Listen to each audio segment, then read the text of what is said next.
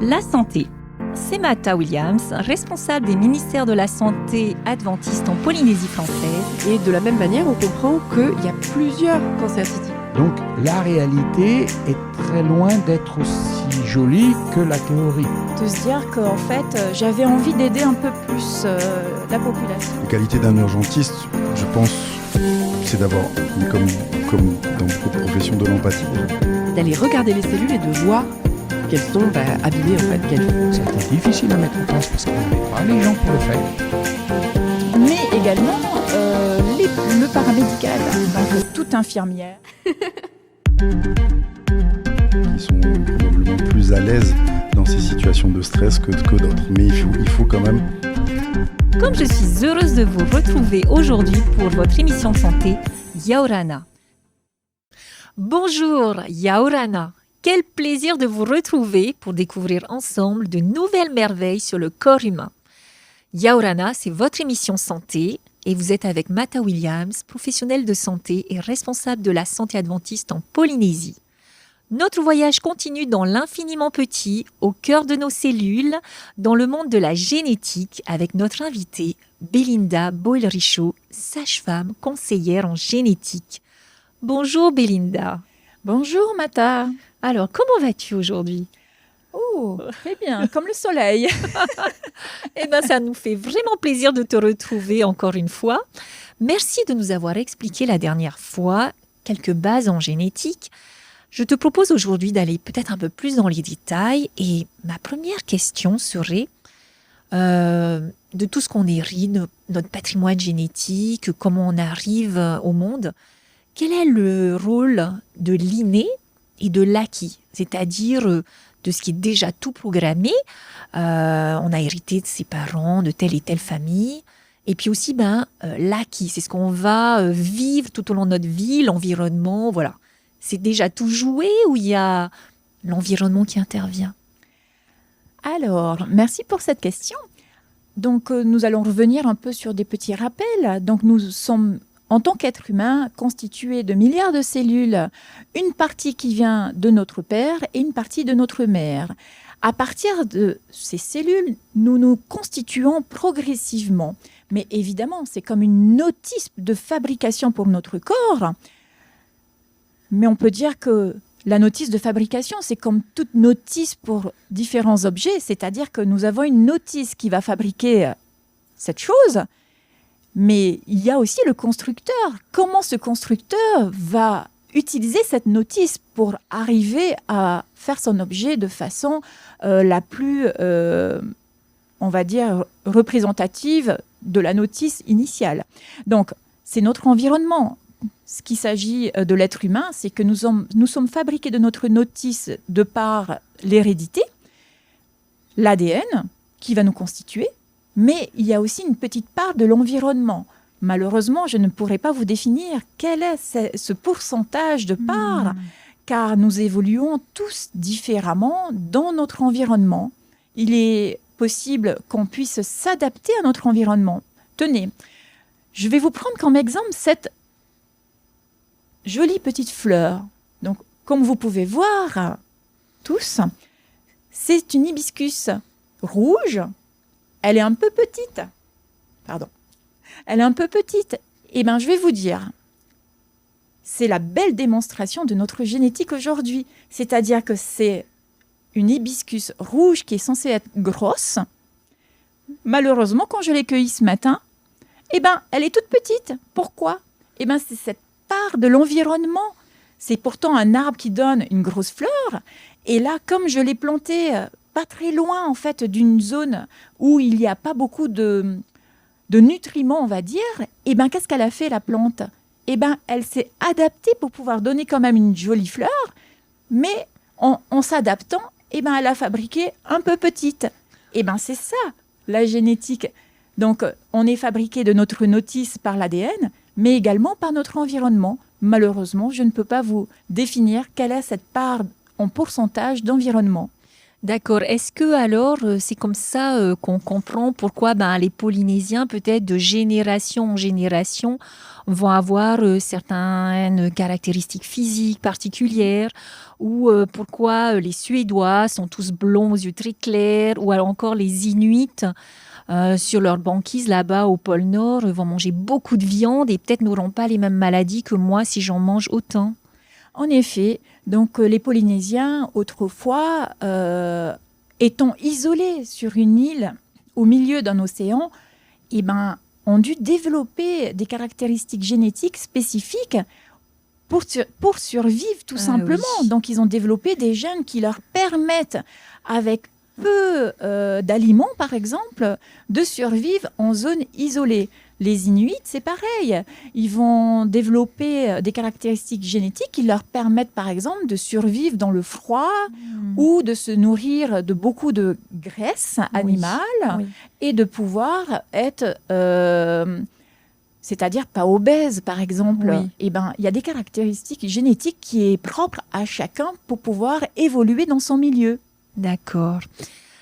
Alors maintenant, je comprends que ce système, un petit peu cette notice de fabrication, cette programmation dont on hérite, elle fonctionne très bien, elle s'adapte. Mais peut-il arriver qu'il y ait un petit couac, des petits ratés dans ces petites séquences de gènes à chaque fois que il faut envoyer l'information. Est-ce que ça se passe toujours bien? Est-ce que ce mécanisme génétique, par exemple, il est heureusement toujours infaillible? Eh bien non. La vie est faite tellement de surprises, qu'elles soient belles ou pas belles, mais elles sont là. Donc, comme je disais précédemment, c'est que le codage génétique est très aléatoire. C'est ce qui définit chaque être humain propre à lui-même. Et de temps en temps, il peut y avoir effectivement soit des ratés au niveau de l'ADN, soit parce que nous l'avons hérité, donc c'est ce qu'on appelle en fait une prédisposition par exemple héréditaire ou une maladie génétique héritée. Oui. Mais de temps en temps, il peut y avoir quand même des accidents, c'est-à-dire que il n'y a pas d'hérédité, ça ne vient ni du père ni de la mère, mais simplement les choses de la vie. D'ailleurs, ça, nous ne pouvons pas le définir. C'est ce qu'on appelle un peu l'épigénétique. Il peut y avoir des mécanismes qui arrivent accidentellement et qui provoquent une anomalie dans nos gènes qui nous donne du coup une maladie génétique. D'accord. Donc, une prédisposition. Donc, on peut hériter un petit peu de certaines peut-être particularités ou voire carrément d'anomalies. Donc, c'est déjà avant. Et puis alors, sinon, ça survient comme ça, sans explication aussi. Sans explication. Alors, les prédispositions héréditaires aux maladies. Alors, à chaque fois, on parle de maladies parce que quand on n'est pas malade, on n'en parle pas parce que tout va bien. Oui. Donc, effectivement, on va cibler beaucoup sur les maladies. Donc, je reviens un peu dessus, c'est-à-dire qu'on peut également avoir une prédisposition héréditaire à l'intelligence. Il y a des familles entières. Quand on dit que c'est dans les gènes, oui, ce sont dans les gènes. C'est-à-dire que lorsque, pour s'amuser, on avait fait une généalogie de médecins. Dans une famille, de génération en génération, ils ont tous été médecins. Oui, s'il existe des gènes de fabrication pour chaque organisme, chaque organe dans notre corps, oui, il peut justement avoir un gène qui fabrique quelque chose de très bien. Donc, mon professeur de génétique, en l'occurrence, c'était elle qui avait une famille héritée que de médecins. Elle était fière de décrire sa famille en disant, oui, il y a effectivement des gènes qui causent des maladies, mais il y en a aussi. Mais il y a aussi des gènes qui donnent de belles choses dans l'être humain. Et oui, effectivement, il y a un gène de l'intelligence. Mais bon, le sujet est vaste là-dessus. Oui, et donc ça m'inspire, alors pas chez l'humain, mais par exemple, on sait bien que chez les pur-sang, chez les chevaux, c'est tout, comment on va dire, c'est hyper sérieux, hein, ils sélectionnent. Et oui, et donc c'est ce qui constitue déjà, par exemple, là, tu parles des chevaux, les pures races, effectivement, ils vont sélectionner des cellules et de sorte à ce que la pure race puisse se perpétuer. Chez l'être humain, nous ne sommes pas autant à ce point-là quand même, puisqu'il faut quand même une mixité de l'être humain sur cette planète. Ouais. Mais l'essentiel où on cible aujourd'hui, c'est la maladie. Parce que c'est le propre même de notre santé. Oui. On veut avoir un santé. bien-être, Ouais. être en bonne santé. Et qu'est-ce que c'est que d'être en bonne santé? C'est surtout ne pas être malade. Et les prédispositions héréditaires aux maladies, aujourd'hui, on permet en fait d'identifier précocement, c'est-à-dire qu'autrefois, les personnes arrivaient malades et on s'apercevait que la même maladie se reproduisait dans la famille. Et donc là, aujourd'hui, on permet à ces familles-là d'être pris en charge beaucoup plus tôt et de découvrir s'ils ont hérité de cette prédisposition héréditaire. Et peut-être de la ralentir ou en tout cas de l'anticiper, dans certains cas, peut-être de ne pas arriver à la maladie. Alors, justement, c'est le propre du conseil en génétique, c'est-à-dire que le conseil en génétique, c'est donner des informations souvent complexes sur les maladies, sur le mécanisme d'apparition de ces maladies, et donc ensuite de construire un arbre généalogique. Donc on recueille des données de toute la famille, on construit cet arbre généalogique afin de permettre d'identifier le mode de transmission, parce qu'il faut savoir qu'on est fait à 50% de l'ADN de notre père et 50% de l'ADN de notre mère. Donc parfois, on hérite un peu plus de la maman, parfois un peu plus du papa, mais parfois, on peut également hériter de façon accidentelle d'autres choses. Donc là, dans les maladies, et dans les maladies génétiques en tout cas, soit nous avons également une transmission, c'est-à-dire l'hérédité qui va dominer. Donc il suffit d'avoir un côté malade, enfin une anomalie génétique d'un côté, soit qui provient de notre père, soit qui provient de notre mère. Donc ça, c'est un mode de transmission, donc là, alors, de d'anomalie. transmission, voilà, de l'anomalie. Dominant, quoi. Voilà. Donc nous avons Un seul fait Trois- qu'on va être atteint, quoi. alors nous avons 3 modes Ah, de d'accord. transmission. Nous Alors. avons le mode, ce qu'on appelle autosomique dominant, c'est-à-dire que nous avons une anomalie sur un côté du chromosome. Et ce chromosome, c'est le chromosome soit du numéro 1 au 22, Ah c'est-à-dire oui, pas, que pas les chromosomes sexuels, alors. pas le chromosome numéro Les 23, autosomes. qui est le D'accord. chromosome sexuel. D'accord. Donc, du coup, autosomique dominant, tout simplement pour différencier du chromosome sexuel, ça veut dire quoi? En d'autres termes, ça veut dire que les garçons et les filles peuvent être atteints de la même manière D'accord. dans une même Quand c'est famille. sur ces chromosomes-là. Hein. Voilà. Et donc, le mode autosomique dominant, c'est-à-dire qu'il y a une seule anomalie d'un côté des 2 chromosomes. Donc, le chromosome avec l'anomalie va dominer l'autre côté qui pourtant est normal, pourrait fabriquer l'organe en question Ouais. de façon normale, mais non. C'est le côté où il y a l'anomalie qui va dominer. D'accord. Ensuite, il y a le deuxième mode de transmission qu'on appelle une Un peu l'inverse, alors. autosomique récessive. D'accord. Alors, le mode autosomique récessif, c'est quoi? C'est la même chose. Il domine pas, lui, ce Il ne gène-là. domine pas. C'est-à-dire que pour pouvoir manifester les caractères De la maladie. de la peut-être, maladie, disons. par exemple, Ouais.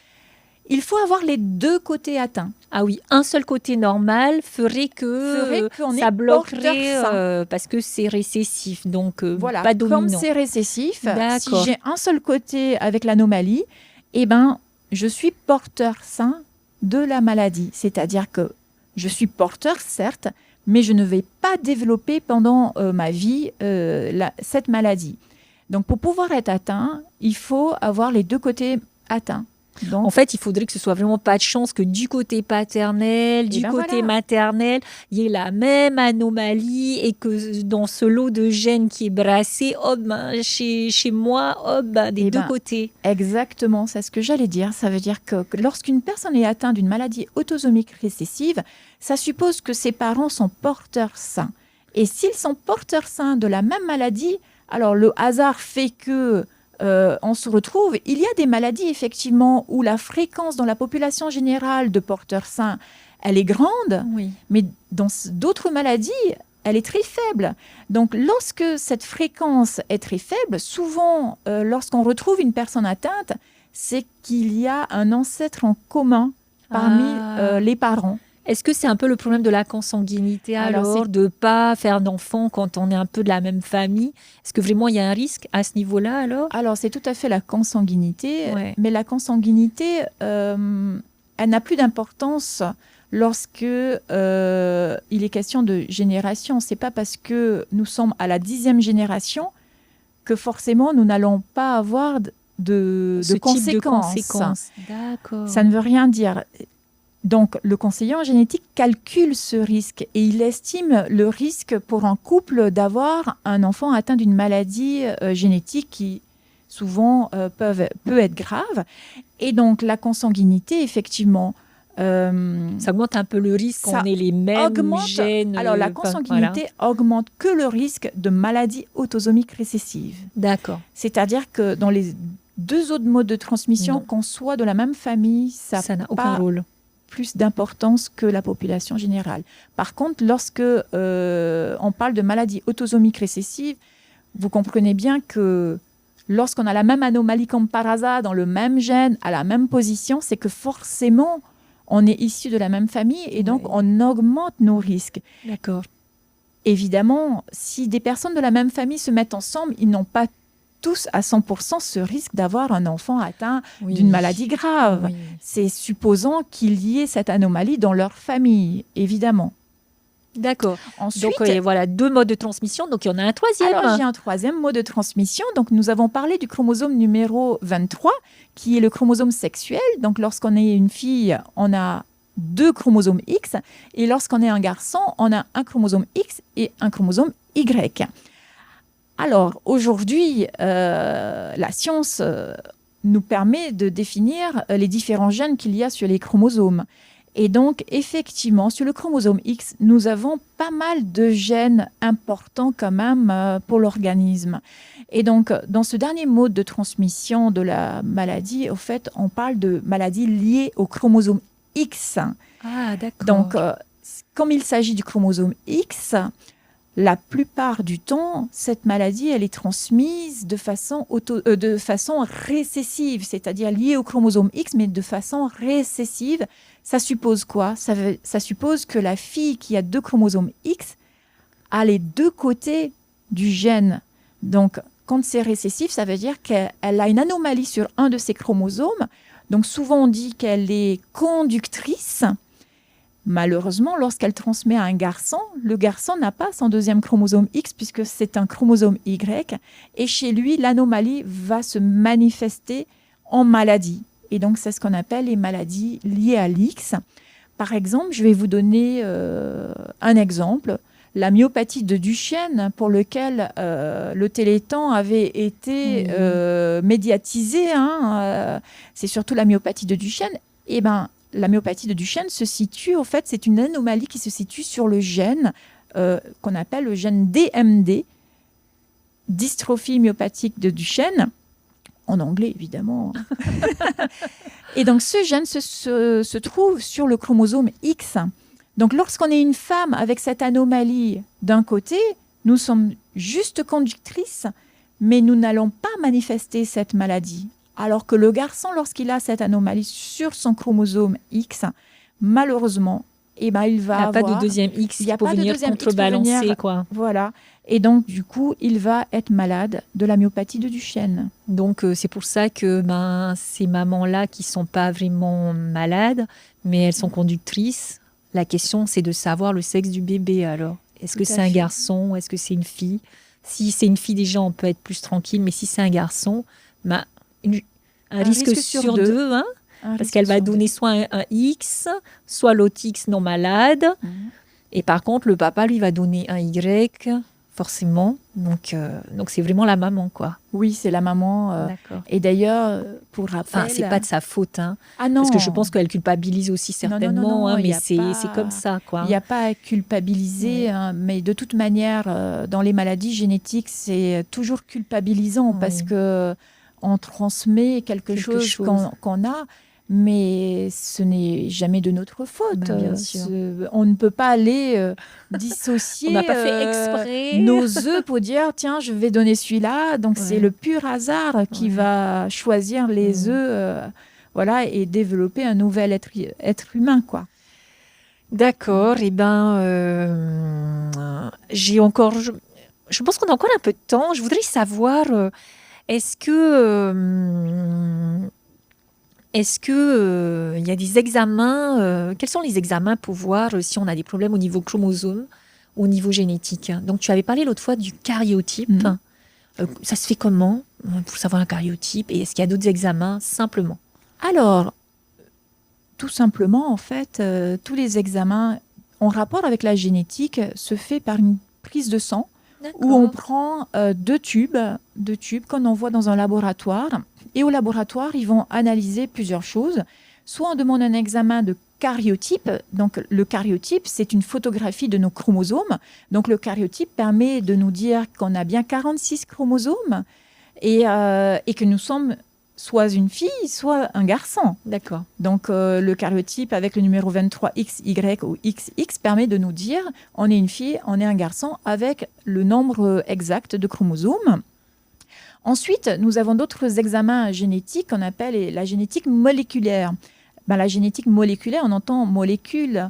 Donc, nous avons vu précédemment que notre ADN, nous avons des nucléotides, nous avons plusieurs choses qui constituent notre organisme. Et ces examens moléculaires vont aller analyser soit des morceaux de l'ADN, soit tout simplement une lettre à une position bien précise. Qu'on a identifié ces 7 endroits-là. Si on trouve ça, on peut dire que c'est cette anomalie génétique. Par exemple, dans les prédispositions héréditaires identifiées, par exemple, nous savons que telle maladie, dans telle famille, se situe dans une anomalie à la position, je dis des bêtises, 2023. Et le laboratoire va aller regarder directement la position 2023 de tel gène à tel endroit. D'accord. Ça s'appelle la génétique moléculaire. D'accord. Ensuite, il y a d'autres examens.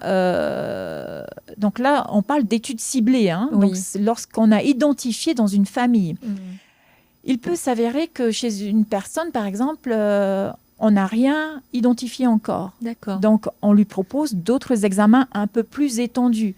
Donc, en d'autres termes, je vais vous donner des mots. Donc, nous avons ce qu'on appelle l'exome. L'exome, en fait, c'est une analyse de toutes les parties codantes des gènes. Et ensuite, l'actualité d'aujourd'hui, c'est quoi? C'est le génome, c'est le séquençage. Tu parlais tout à l'heure du séquençage du génome. C'est l'identification, en fait, dont toute l'ADN, y compris les morceaux codants pour quelque chose ou les morceaux non codants. C'est-à-dire qu'on est capable, dans le génome humain, de lister toutes les lettres qui sont mises en place. Alors, nous sommes capables, c'est-à-dire,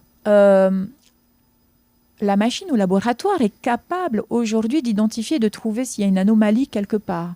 Mais sommes-nous capables aujourd'hui de l'interpréter comme étant quelque chose qui va nous donner une maladie grave ou pas grave? Là, c'est une autre question. Une autre question et à développer. Et ça se poursuit. C'est en cours, exactement. D'accord. Eh bien, on a appris beaucoup de choses. Donc, on a vu un petit peu les modes de transmission, les autosomes, les chromosomes sexuels. Est-ce que c'est dominant? Est-ce qu'au contraire, c'est récessif? Est-ce que c'est lié à l'X, donc sur ce deuxième chromosome de la femme, du chromosome sexuel féminin? Eh bien, avec aussi un peu les examens, Belinda, je te remercie vraiment parce que j'espère que tout ça va aider un petit peu aussi ceux qui nous écoutent, qui nous regardent, à mieux comprendre aussi pourquoi on est obligé de passer par pas mal d'entretiens, d'explications avant d'être ponctionné, d'avoir une prise de sang et après d'attendre un certain résultat. Je te remercie. Je te remercie, Mata. Et quant à vous, nos chers amis, je sais que vous nous êtes fidèles, eh bien, je compte sur vous pour ne pas nous lâcher en cours de route et de revenir encore pour une prochaine émission Yaorana, c'est votre émission santé et nous continuons dans le monde merveilleux et vraiment un peu secret, en tout cas extraordinaire, de la génétique. Je vous souhaite de rester en bonne santé. Prenez bien soin de vous. À bientôt. La santé. C'est Mata Williams, responsable des ministères de la Santé adventiste en Polynésie française. Et de la même manière, on comprend qu'il y a plusieurs cancers cystiques. Donc la réalité est très loin d'être aussi jolie que la théorie. De se dire qu'en fait, j'avais envie d'aider un peu plus la population. La qualité d'un urgentiste, je pense, c'est d'avoir, comme dans beaucoup de professions, de l'empathie. D'aller regarder les cellules et de voir qu'elles sont abîmées en fait. C'était difficile à mettre en place parce qu'on n'avait pas les gens pour le faire. Mais également le paramédical, donc toute infirmière. Qui sont probablement plus à l'aise dans ces situations de stress que d'autres. Mais il faut quand même... Comme je suis heureuse de vous retrouver aujourd'hui pour votre émission de santé, Yaorana.